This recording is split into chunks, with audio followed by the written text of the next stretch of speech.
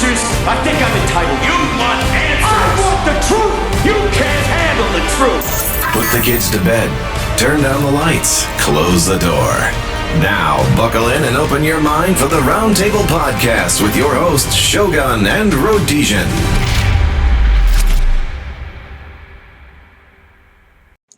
You're listening to the Roundtable Podcast with your host, Shogun, and special guest, River Lyle. Thank you, Wolven Rain. Welcome to my special guest, River Lyle. Welcome to the live audience and welcome to the podcast and YouTube audience. We are the Roundtable Discord server. Find us on Discord, social media, and on our website. That being said, River Lyle is an old and very dear friend of mine who I've gotten to know over quite a long time. And he's a very unique and interesting character, to say the least. And I think I underestimated him for quite a long time and misunderstood him for quite a long time. Now I think we have a bit more of an understanding, and I would like to make that understanding even deeper if we can. So, River Lyle, how are you, my friend? Welcome.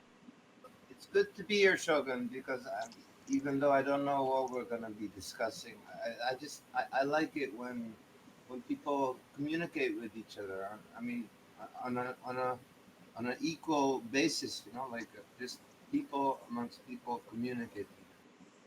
As do I, my friend, which is why we love the round table and all the friends we have here that we get to talk to. And you're, as you know, here with me most days.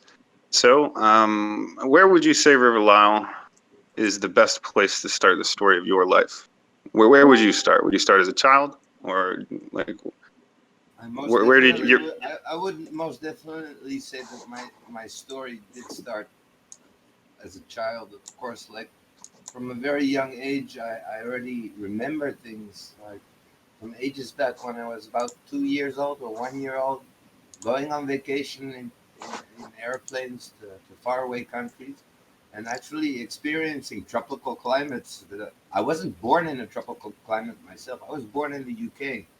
But I mean, having experienced India as a little kid, I went to India. My parents decided, we're going to take him to India. We're going to take him to Nepal, up the mountains. It was quite an adventure.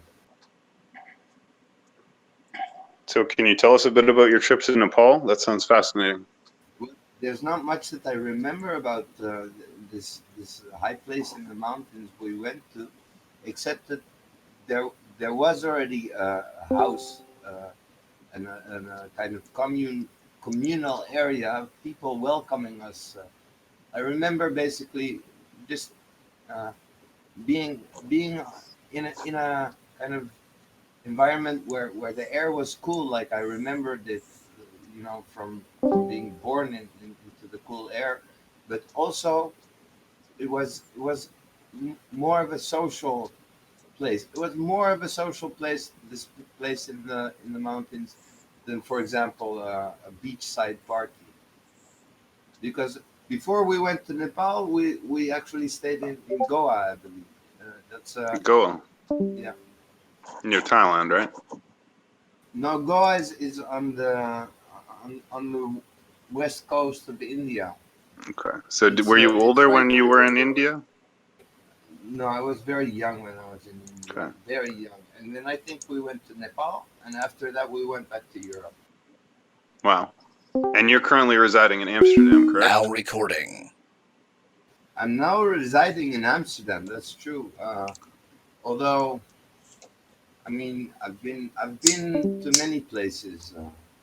Never specifically like far out of the Asian or Middle Eastern or European continents. Never to Africa, for example. Never to America. Okay, I understand. So I know you've had some pretty extraordinary experiences that most people will probably never experience. So I wanted to give you a chance to talk about those for sure.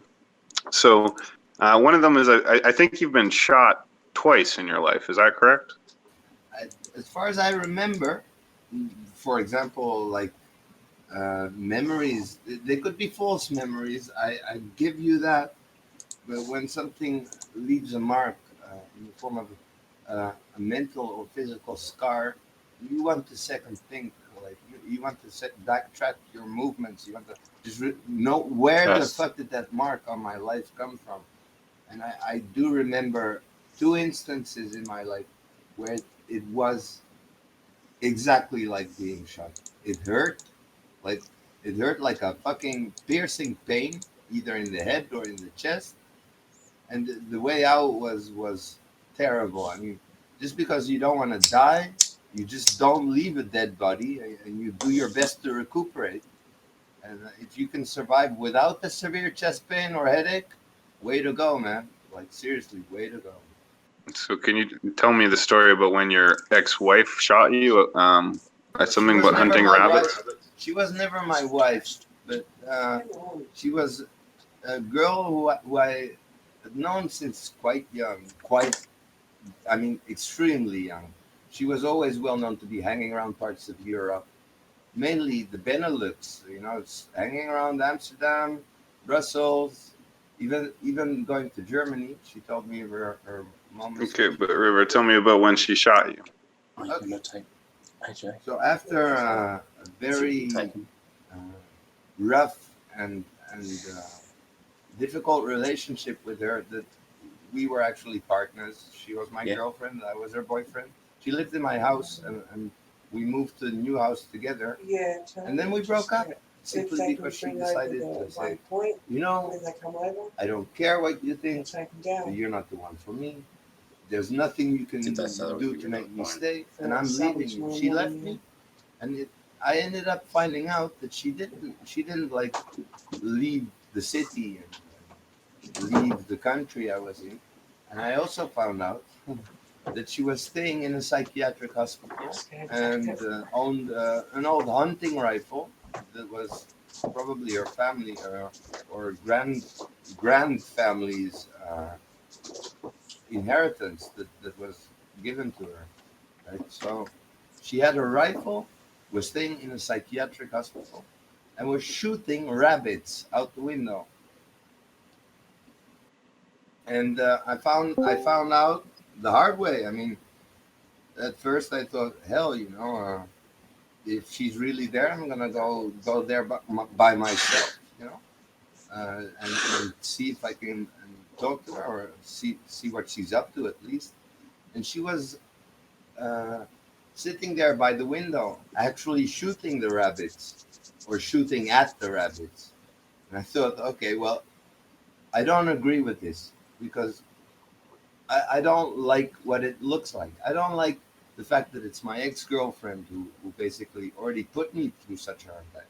That she now has a rifle and can just say, okay, well, rabbits are free game, I guess. Yeah, but to use a gun in the city and to shoot rabbits, I think there must be some laws against that. I thought to myself. So I walk up to that window and I see her hanging out the window, and she starts aiming at me, and I think to myself, oh, okay, this might be the end of me right now, I guess. But I stand my ground and I tell her that I don't agree with what she's doing, and I say that to her. And as I say that, she says, "You're gonna go," and she starts aiming at me, and I managed to dodge the bullet. She did not really like strike me with it; it grazed me, and I was scared. But luckily, that was just an old rifle, not some automatic machine gun that could reload at the whim.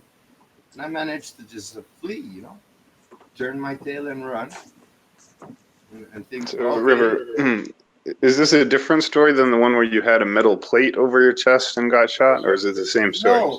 no, because it's the same story. Later on, I thought to myself, if she's got a gun and she's still hanging out there, I take it upon myself to go there again and confront her again. But this time I went into the building. I said to the people in there, that young girl, that little girl with the gun, who shoots your rabbits for you, and who probably has a notoriety among you. I said that to the people who were there, and they said, "Yeah, one moment, we'll go get her." She arrived at the top of this flight of stairs there, like on the way up to the second floor. It's the first floor. I mean, yeah. So the ground floor up, about two flights of stairs. I went up one flight, and she confronted me from the first floor, looking at down upon me, standing there on the second flight between the two floors.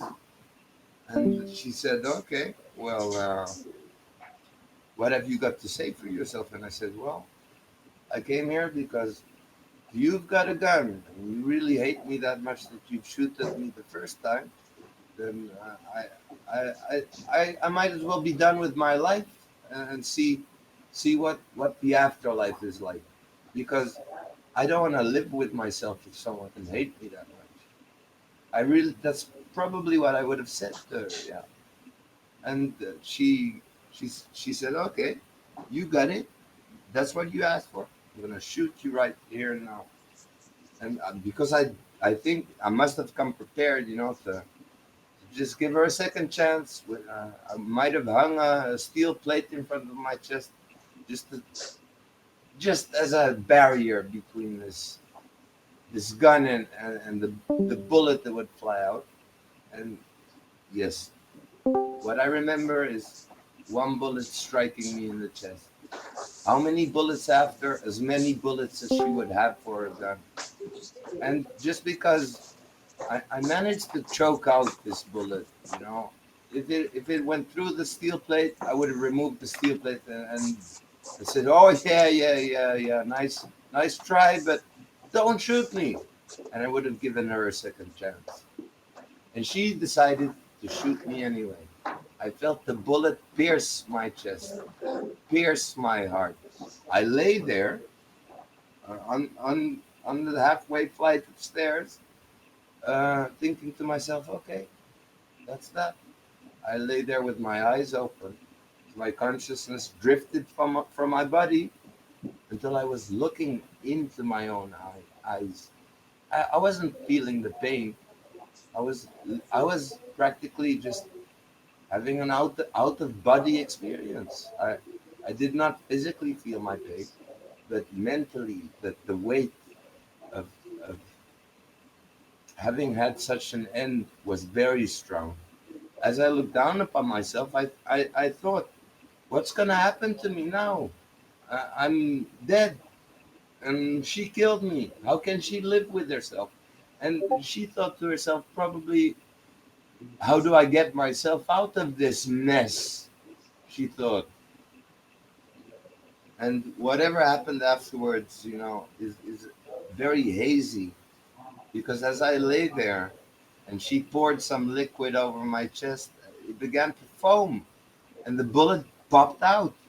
And she stood there in astonishment as I choked again, and and and said, "How the fuck did you do that?"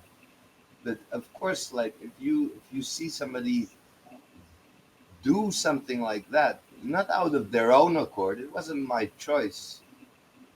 But if somebody comes back to life after you shoot them in the heart and they have no scar, uh, it- but I said, I must have said, that really fucking hurt.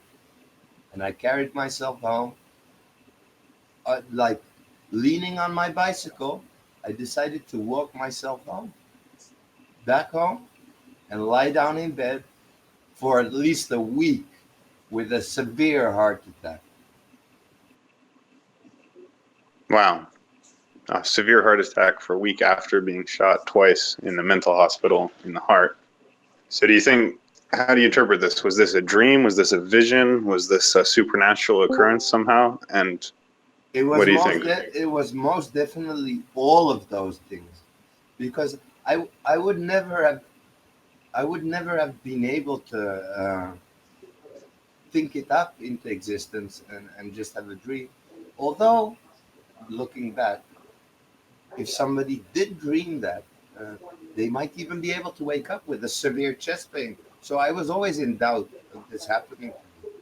But even if it was but a dream, that girl did exist, and my pain in my heart lasted at least a week before I managed, to have enough energy to even go out the house and do some shopping, or buy a gram of weed. I mean, like, wow. Okay. So, River, this is very interesting. So I just have a few questions. So, okay, so this is a vision, a dream, and a supernatural occurrence. So this isn't something that actually happened, obviously, in the real world, because we know this would be impossible. You know that, right? Like this couldn't have happened in real life because you would have died. Well, And that's the problem, you see. When you learn to define the difference between reality and a dream, it's actually because you wake up from dreams. It's not that you wake up and there's still that nagging sensation of what the fuck just happened to me, and it wasn't a dream. There's none of that. Like when you wake up from a dream, you're usually there with a sigh of relief from waking up. When I woke up that next morning, I thought to myself, is this still going on? Do I still have a pain in my chest? I thought to myself, if that was all real, then I fear for my life in the future. If that's already real, then life, maybe I'm going downhill. Maybe things can only get worse. I thought to myself. okay, so I want to ask you something else then. Do you remember when you thought, I know you do remember it, but you remember when you thought I was your next door neighbor and that I was trying to kill you? I remember that, but that's simply because we, Shogun, we were at the moment in our lives where we were just trying to, as on like for you, it was a friendly rivalry, and for everyone else in the server, the MK Ultra server, it was a form of friendly rivalry to just challenge each other's words, and I was not trying to challenge you, but I was trying to show you that you you cannot make a statement based uh, on infactual evidence. You made a statement that, for example, in unarmed combat, you defeat anybody. And my simple reply was, yes, but in combat, I'm allowed to arm myself. You said, fuck that, I don't agree. And if you do that, I'll kill you, you said. Do you really think that's what I said, River? That's what it felt like. And I said, well, you don't know that. I said, I didn't immediately say, no, you're not able to, and I have a second degree black belt. I did not say that. Okay, well, hold on. My belt is not Hold that on. black. Just one sec. So first of all, this is obviously not what I said. I never threatened to kill you or anything like that. But even if I had, how would that make me your next door neighbor? Well, ever since I moved into this house where I live in now, where I started to live with a new girlfriend, a new start to things, right? Uh, I had great, wonderful times. I actually had to let go of my old girlfriend in a very painful way because she did try and follow me, shadow me into my future relationships and try and mess things up for me even further than she already had, which I didn't think was possible because I thought like I already survived the bullet to the heart. What else can you throw at me now? Like yeah. Um,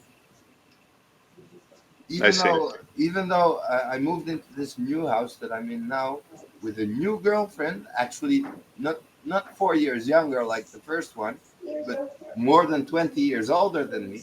So it was a totally different new page in my life.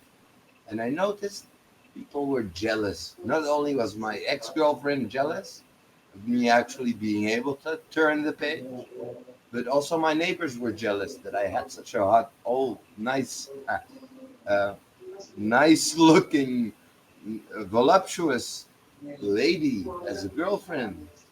For example, my next door neighbor, he was beyond jealous. He was trying to seduce her with amphetamine and $25 a pop for a fuck. So I mean, if that's what he had on his mind, he probably wanted me out of the picture, and he has ever since. So first of all, you thought that I had threatened to kill you, but furthermore, that your next door neighbor wanted to fuck your girlfriend and was giving her amphetamines and money, or offering her that for Yes, sex. But then also you thought that I was that self-same next door neighbor who was jealous of your girlfriend. So a guy on me, your friend on the Discord server, is your neighbor. Your neighbor, me, Shogun, lives The next only door to you in reason, Amsterdam. yes, but the only reason I was confused was because at, at both moments that somebody gave me a vibe that felt threatening to the point that I was thinking, if we're talking about life and death, I already have a neighbor who is also perfectly willing to kill me. So if Shogun also says something like that, I could kill you, Shogun would say. Then You gotta stop saying that about me, bud. That's I not put true. two and two together and say, well, are you my next door neighbor? I'd say jokingly, but also askingly, because I'm really keen to find out. And nowadays, Shogun, I don't believe that. I think you're probably not even capable of such evil as stealing someone else's, coveting a wife. No, I don't. I don't think you're capable of that. Well, I could covet a wife any day, but I'm not going to try and murder you. And I'm definitely don't live in Amsterdam, and I'm definitely not your next door neighbor, and I definitely never threatened to kill you. But that's okay. I just wanted to get that story out. So I want to ask you one more story, at least, which is I think you also said one time your mother shot you too, right? Yes, I remember this because me and my next girlfriend, right, the older lady, she was also going through changes in her life. She'd had many a relationship, not just three three relationships. No, she already had boyfriends and perhaps even girlfriends that she tried to have long term relationships with. And at a certain moment in her life, she thought the only way she could uh, get get beyond like feeling chained down by a relationship was to get rid of me because she thought she still wanted to be free without uh, bonds, without promises. She always wanted to be a free soul, a free spirit. All her life she's been traveling away from her birth country and trying to live the life in the West here in the Netherlands and thinking to herself, yeah, okay, I did my best. I became a model for art classes, and I prefer to be alone, she said. And she went to my mom, who used to be in one of those art classes as the pupil learning how to draw a nude model. So they already knew each other long before I ever like got got acquainted with her. And she complained to my mom and said, your son is hell, and I wish he'd just leave. And my mother took it upon herself to say, oh yeah, well, I suppose that is a problem. And my mother thought, stupidly enough, that she should take it upon herself to say, if she created such a problem, she can solve it. So yeah, I remember my mother thinking, what I've granted life, so I can take it away. And that's a very sad feeling for a son to find out about their mother, that they that their own mother has claims to, to their children's lives, in the sense that they think I granted life, so therefore it's my right to take it away. If you know what I'm talking about, you'll see that uh, it's not a rational thing. So, River, you said she made some kind of improvised firearm and shot you with it, right? Can you tell us about that part in specific? That's that. This is a much more funny story to tell than like being shot in the chest, because I remember her like telling me to sit down and wait as I get my piece of advice from my mother. She comes at me with an improvised tube and a hammer. I think, what the fuck, mom? She puts the tube to my head and hammers on the other end, and I feel like a piercing sensation in my temple as the bullet pierces my head. And the first thing I do is I go knock out for a moment, but not unconscious. No, not unconscious. No, I'm aware of my surroundings even when I sleep. So when I get knocked out by a bullet, it's not that I go unconscious and all that. No, I'm still aware of what's going on around me, and I hear a conversation between my mother and my girlfriend at the time, and they're saying, "Okay, what now? What next? What the fuck did you do, babe?" My girlfriend says, "Why did you do that?" And at that moment, I just popped back. My head pops back up. And I walk to the kitchen cabinet. I grab a paper bag. I put it against my head until I just stop bleeding. And they look at me in amazement and they think, "Fuck, how did you do that?" They ask, full of excitement. I take the tube and the bullet because my mom, she must have had more bullets. I think there's more where they came from. And I do the same to my mom. I literally give her a cookie of her own dough. And then I grab a paper bag. I lay it against my mom's head and I said, "See what that feels like, Mom?" And she's had Wow. migraine attacks ever since.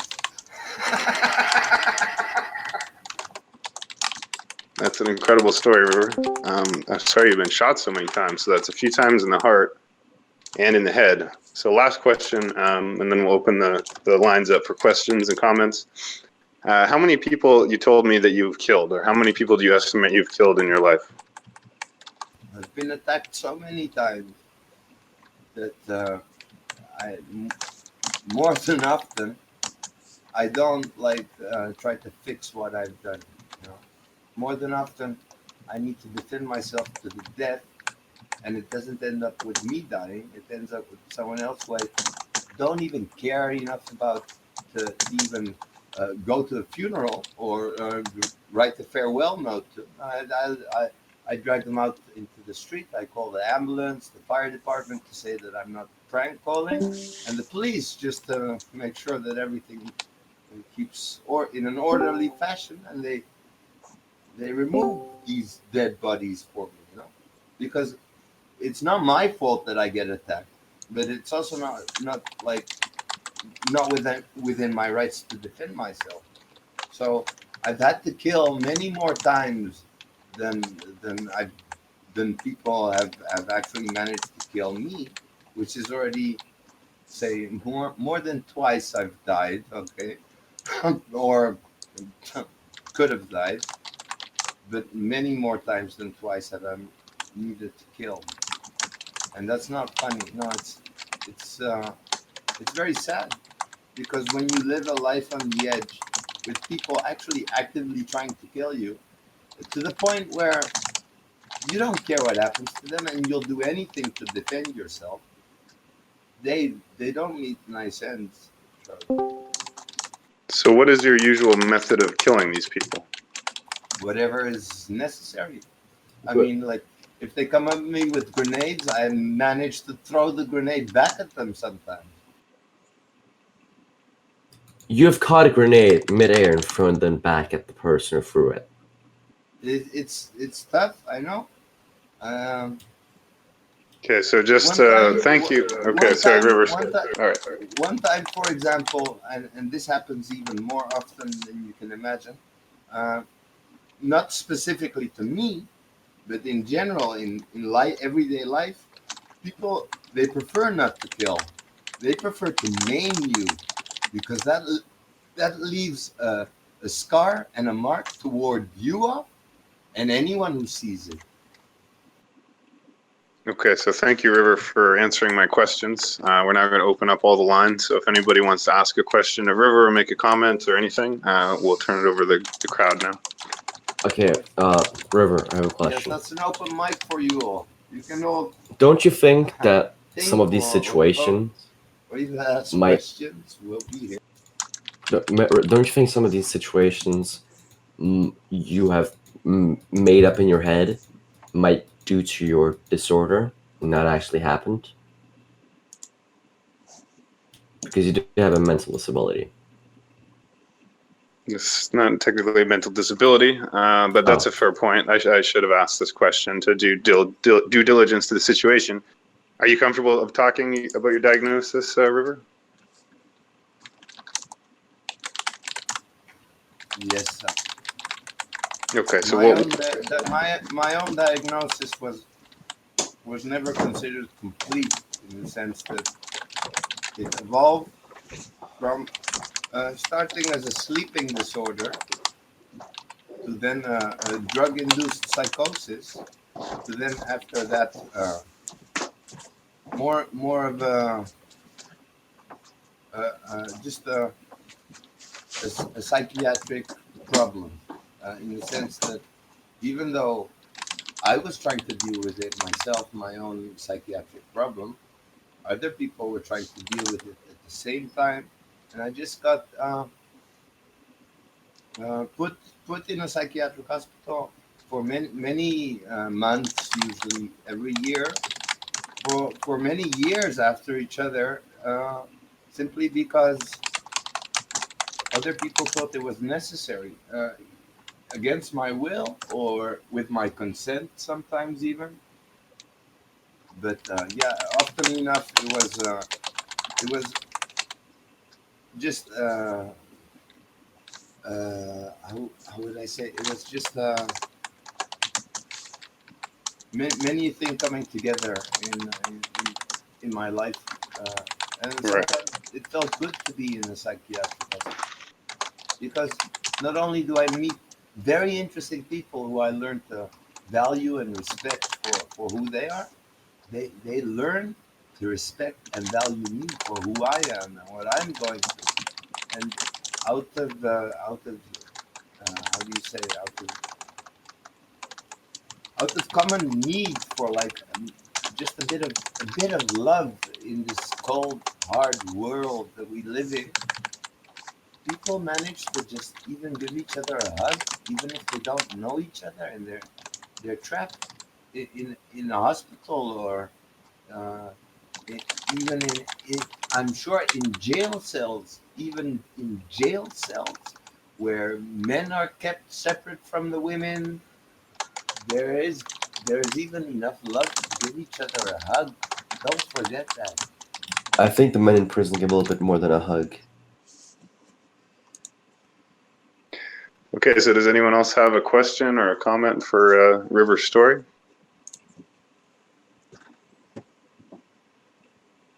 If not, we can just make this into a freestyle podcast now. But I do want to thank River extremely much for your story, and this is really interesting. You can certainly tell us more about it, but anyone is free to bring up any subject they want at this point. I'd like to ask you, Shogun, like in your many experiences training in the art of martial arts. That means the art of defending yourself when opposed with lethal force. Okay, in your many years of training martial arts, what were your most scary moments? I'd like to know, Shogun. What were the moments that made you think this is the foe I'm facing in reality? This is Well, the scariest moments in my martial arts career, I guess the first one that comes to mind was not scary at all. So I guess to answer your question honestly, I was wrestling, big strong guy, bigger than me, and like we were also doing this drill where I was doing squats with him on my back, and then we were wrestling, and I didn't feel nothing because that's what happens a lot of the time. But I blew, I guess, one of the ligaments in my knee. I can't remember if it was the PCL or the ACL or the MCL. I honestly can't remember, but I fucked my knee up real bad. But I didn't even notice. So I kept wrestling, for quite a long time. I didn't feel anything. And then the next day I got up to take a piss and I put my leg down on the ground and tried to stand on it. And I screamed at the top of my lungs, like in agony. I've never done that before. I have an extremely high pain threshold, and that was like a 10 out of 10 pain. My knee was fucked. And then I had to spend like, I don't know, 6 or 8 months literally sitting in an office chair and just using my right leg to wheel myself from my bed, where I'd have to lie all day, every day, to the bathroom, take a piss, wheel myself back. And yeah, if I didn't have my ex-wife to take care of me then I would have been fucked. But and then in Canada, it's free healthcare, but the system is slow. So to get the MRI took longer than for me to recover, and I recovered freak fast and freak well. Because the reason it was the scariest moment of my career was because when you blow your MCL like that, a lot of time it never really recovers, and so it can be a career-ending injury. But now my knee's as strong as ever.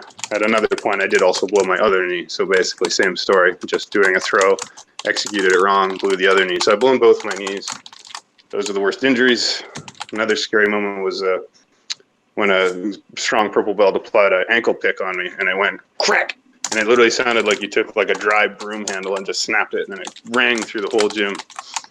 So I thought then my ankle was broken for sure, but again, got lucky, healed quick, wasn't that bad. So it's a common experience among us both. But what we fear most is not even the pain itself, but the agony, like just the unbearable feeling of defeat because of pain, or because of a loss, or because of a life changing moment. You know, where for example, I'd have to put it like this: even when it comes down to people scaring scaring the living daylights out of you with a horror story, or a real life story that you just find so utterly distasteful that it scares you to pieces.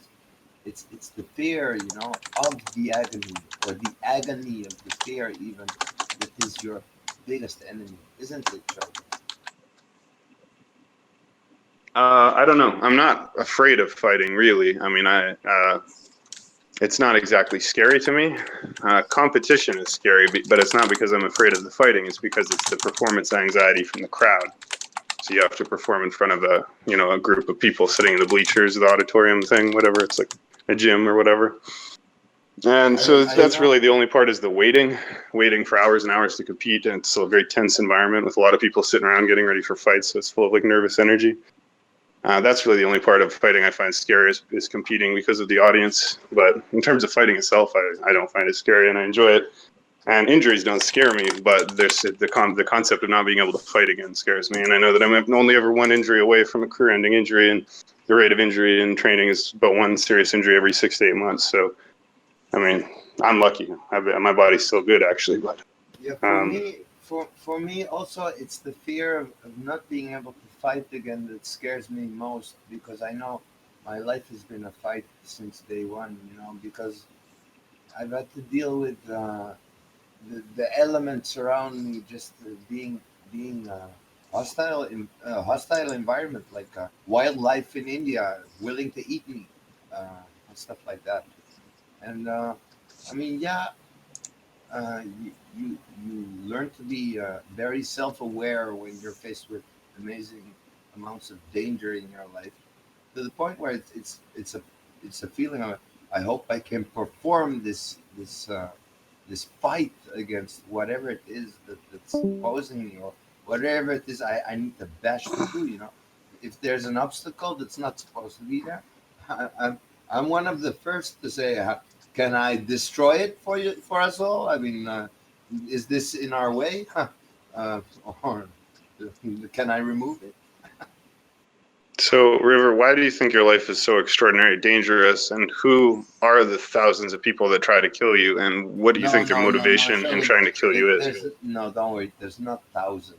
There's never been thousands of people trying to kill me. When I talk about numbers and say so many have tried, because I lost count, realized that, I mean, if you had to count them, you'd be able to, maybe, but you'd get stuck. Perhaps I've killed about 37 people, but I mean, that's just a rough estimate, because maybe they were all just figments of my imagination. Let's even hope so. Then I won't get all those criminal justice courts chasing me, saying you did this wrong, you did that wrong. And otherwise, if they were real people, then I hope they're not missed, because then I did the right thing. Wow. It's very interesting. I'm not sure exactly what to say. So, how would you describe your quality of life right now? Not bad at all. I'm happy, even though I don't have like the companionship of a female to just keep me warm at night. I would never be able to like use them as a heater, even though it's nice to snuggle up to people. You can't use them for selfish purposes. So, yeah, And you take some medication, I think. Does it help you? it does. It helps me a lot. I've been told by many people that I speak to on not only this Discord, the round table, but other Discords, that it's important to have something to take the edge off, to make life bearable. So most of the Discords I joined were, surprisingly enough, related to computer games, because nowadays people play computer games simply because they need a pastime, something to take the edge off, something to divert their attention from anything bothering them. So why not kill people in CS:GO? Yeah, I agree with that. I wouldn't agree with that because you can get aggressive by playing these shooter video games, even more so than you were before. So it goes both ways. Well, I've got to say, uh, these things that you see in violent computer games, and even before, like computer games were such a big hype, the things you see in violent movies, or in boxing matches, the things you see in sports like boxing matches, they don't promote violence any more than they teach you how to manage violence. I mean, like if somebody threw a punch at you, you'd be able to much more easily know, to put up your guard just by having seen only one boxing match in your life. You know? So I gotta say, yeah, okay. So these computer games, they might, in one sense, promote violence, but they definitely don't like show the other side. That if it's cops and robbers, then we're rooting for like maybe the cops, or we're yeah. It's been like that. I mean, ever since you watch your friend play a game, you might be rooting for your own character, or you might be waiting for a go, so you hope they just die so you can take over the controller. Right. Well, River, what would you say then is the most significant moment in your life? Like, do you remember when you first had one of these experiences, for example, where you realized that you didn't know anymore if it was real or not? Like, Oh when did that yes. start? It, the first moments that I had of discomfort for actually not knowing the difference between what was real or not was in the form of what was described to me as auditory hallucinations, but it was not like laying upon me in the sense that I know you're having auditory hallucinations. It was told to me that if you hear things, not all the things you hear are actually real sounds. You can hear things that you imagine. You because it was already well known by the psychiatrists who were trying to help these young kids that I got put in the same psychiatric hospital as. They're all suffering from anxiety because of dealing dealing with situations that they can't understand. So dealing with their thoughts, dealing with their paranoia, and also dealing with like the feeling that they have a gift of mind over matter. This means that some of us might have been totally batshit crazy, thinking that they knew everything. And others, they were just maybe feeling like they didn't understand anything, and that they thought they'd like to understand like what the fuck is going on with them, you know? And I came to a moment in my life where I thought, I don't know what else to do. I'm not bored because there's a lot happening, but there's literally nothing I can add superior value to everything that's happening. So I felt an emptiness there. I felt like an insignificance. I felt myself to be insignificant. So I asked my psychiatrist, "Can I, at my age, ask legally for euthanasia?" She looked at me and she immediately said, "You're fucking crazy, dude. I'm gonna put you in in IC ward. I'm gonna put you in intensive care." She said, and that was a very hard experience. What does that word mean? What you asked for the psychiatrist? He asked for medically assisted suicide. It's called euthanasia. Okay, well that ain't good. So, was that the first time you were hospitalized, River? No, I was already hospitalized at the moment that happened, but I just decided to say, I don't feel any significance that I can add to my future. And she said, "You're fucking crazy, and that I don't have to deal with this shit." She said, "Because you're just a young kid. Who in their right mind would allow a young kid to uh, have assisted suicide just because they feel like they're not worth the trouble of making something out of their life." So because if you come with such a severe case of feeling like it's not worth it for you, they're gonna think there's something very wrong with you, and they're gonna put you in an intensive care situation where they can closely observe you and try to help you with this feeling that you're having. The suicidal thoughts are a total killer, because some people they're suicidal to the point where they're willing to take as many lives with them as possible. And that's very sad. Right, I agree. So, if you had to estimate the total number of times you've been hospitalized, how many times do you think it's been in total, like as a number? I'd have to say from age 16, I was probably hospitalized once every year until about recently in 2010. That all stopped in 2010. 2010 was, uh, well, 2009 was the year that I got shot in the heart, and 2010 was the year that I met my new girlfriend for Valentine's Day. She came to my house. I thought, I can't believe my luck. There's a beautiful woman talking her ass off, and I don't know what to say, but I might as well just say, "Come sit with me next to me so that I can get a bit closer." And we got very close on Valentine's Day. So champagne pop. How did you that sounds great. How did you get shot in the heart? We went over that story already early in the Oh, podcast. So, okay. if you missed it, you can just listen to the podcast later because that was already covered. All right, cool.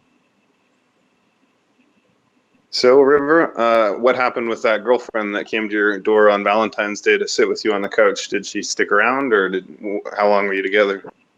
We were together for about 4.5 years, Sheldon, and that was about 4.5 years of the best time of my life because I finally found someone who was as much an outcast as me, and not someone who had people's uh, uh, worst interests at heart.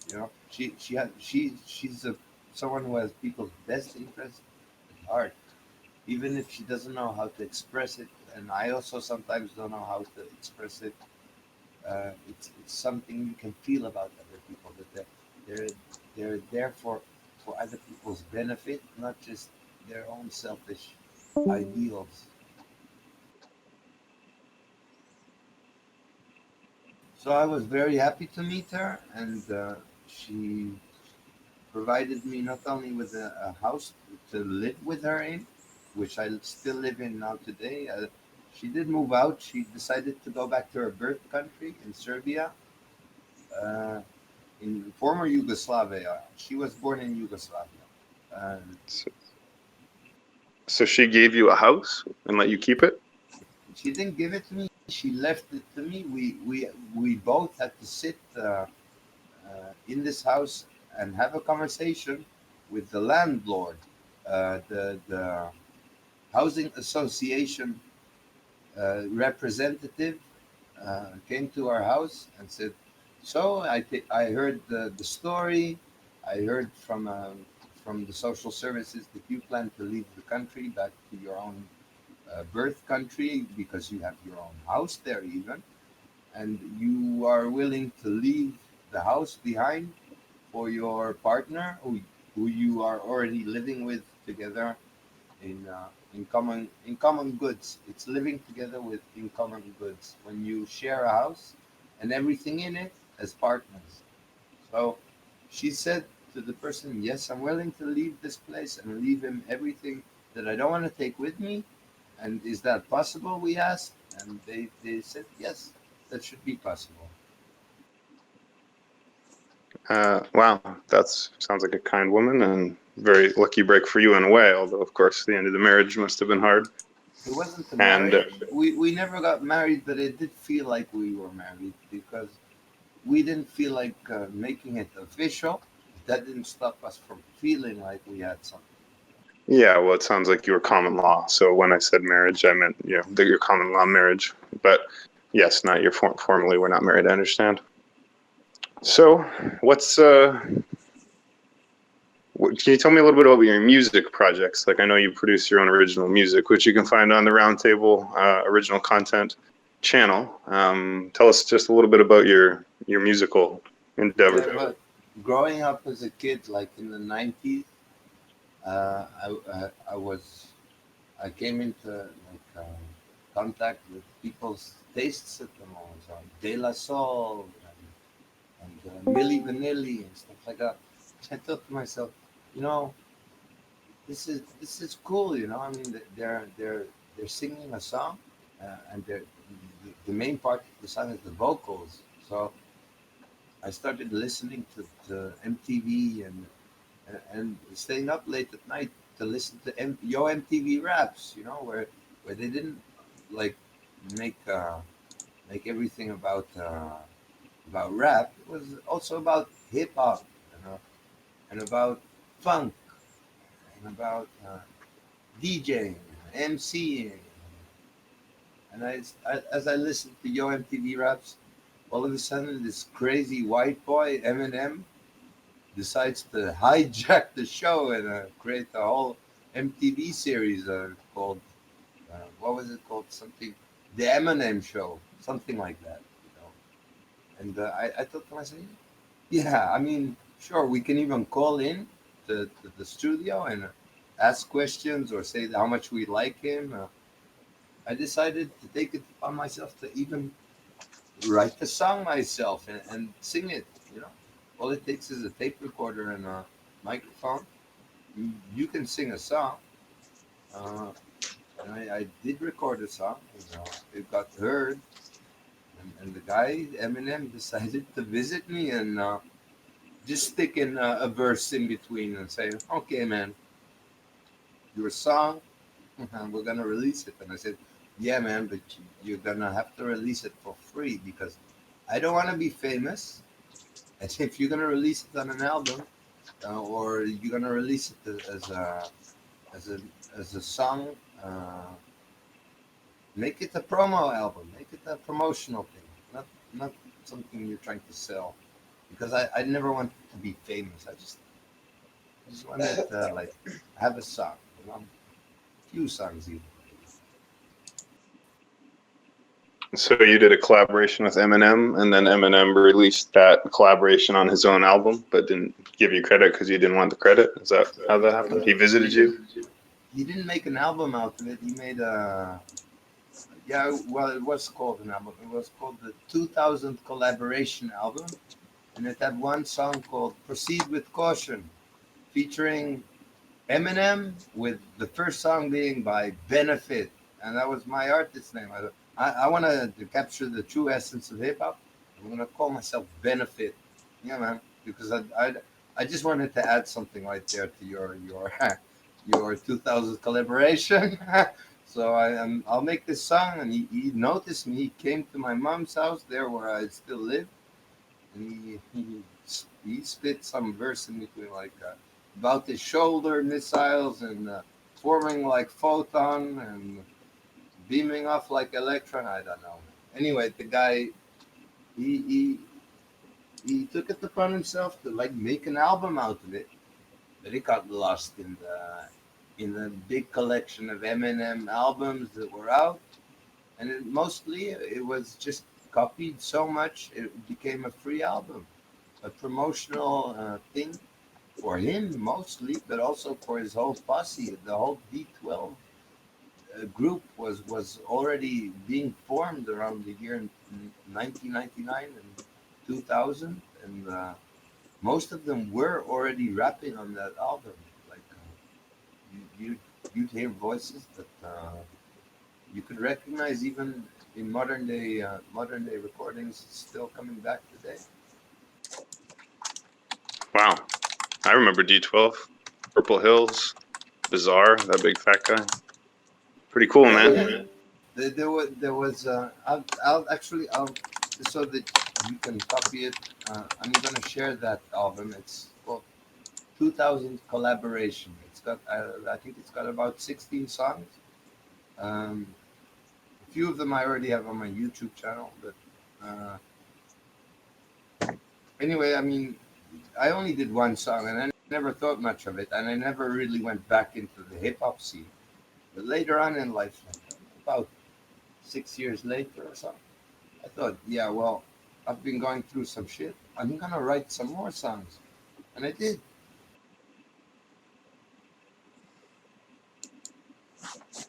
So I'm going to ask you one last question, I think, River.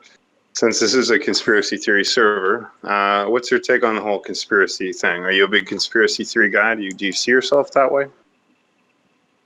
Oh well, when it comes to conspiracy theories, I know for a fact that truth is much weirder than we'll ever be able to like tell our children or tell our loved ones. You know, the truth that we face on a day-to-day basis is is extraordinary.